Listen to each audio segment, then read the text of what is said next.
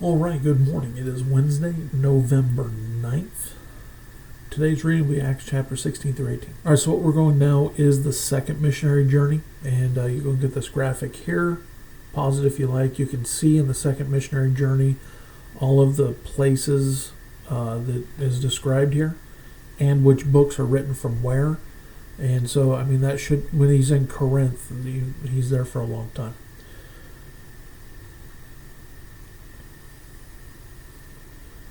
Now, it's interesting here in verse 3 because he had Timothy circumcised.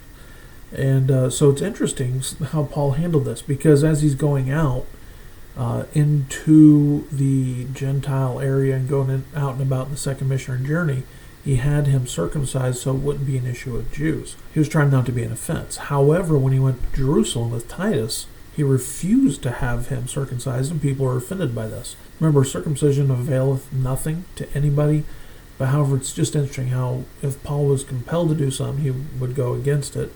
But yet, he made some concession trying to be a better witness. All right, as you're reading this chapter 16, you'll notice in verse 8, and they, see that there? And they. But then you look at verse 10, and after he had seen the vision, immediately we. So Luke, as you see, it went from third person pronouns now to first person pronouns. So we find there that Luke was picked up in Troas and continues on the rest of the time with Paul as a first person account of the book. Lydia, Thyatira, important city, important person. And then see, here's this child, and there's people using this child for profit, and is healed, and instead of being happy for the child, the people who are making money were mad.